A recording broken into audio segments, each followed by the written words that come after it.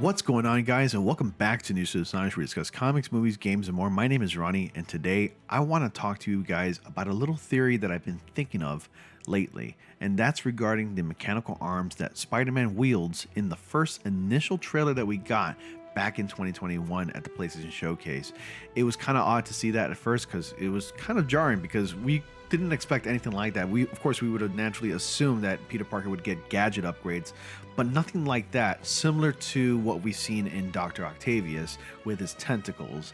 So I'm going to get into my theory in just a sec, but before I do that, be sure to like, comment, subscribe, and click on the bell notification so y'all don't miss anything. We're literally about only 10 subscribers away from 13,000 subs.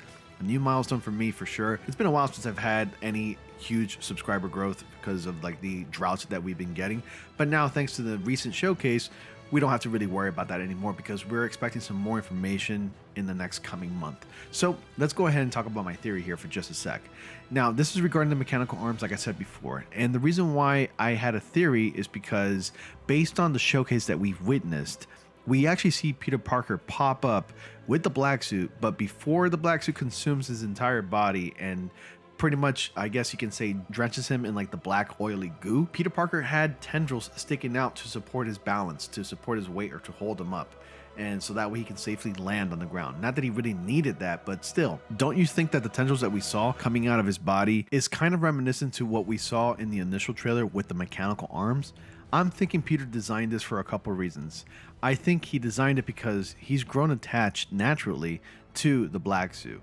And speaking of growing attached, like I guess you can say every addict or a drug addict or whatever, they normally would get attached to the products that they're using that they're addicted to. So I'm thinking Peter found a way to take a negative and turn it into a positive to work in his benefit instead of going against the people that he loves. Because he's grown attached and because he wants to keep, I guess you can say, his technical prowess up to date, and he wants to match that of Miles Morales because he seems like he's overpowered, at least in my opinion.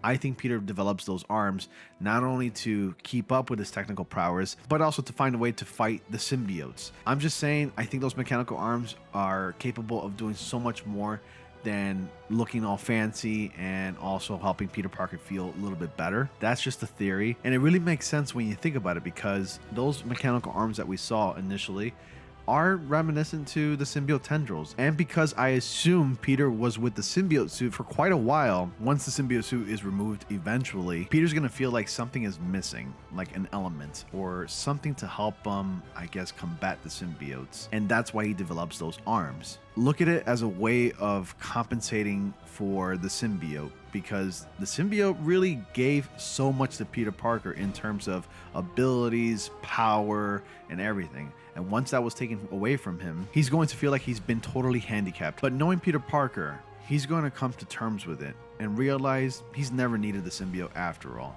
He's going to look back and reflect and acknowledge that he's been a total jerk, to put it lightly. He comes to terms realizing that he's never needed the symbiote because he's always possessed a power greater than the symbiote, and that's his mind.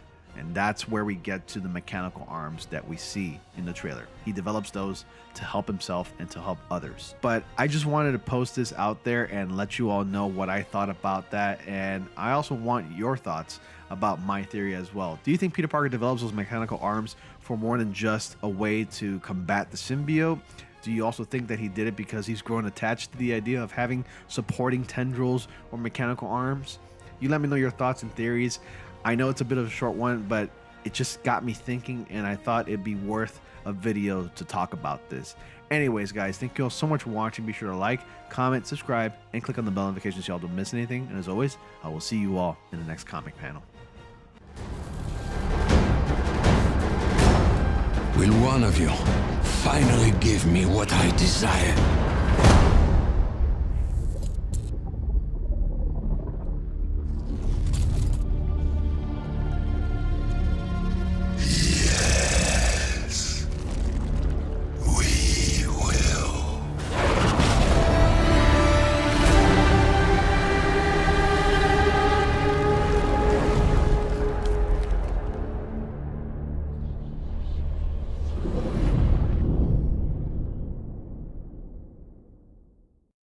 PlayStation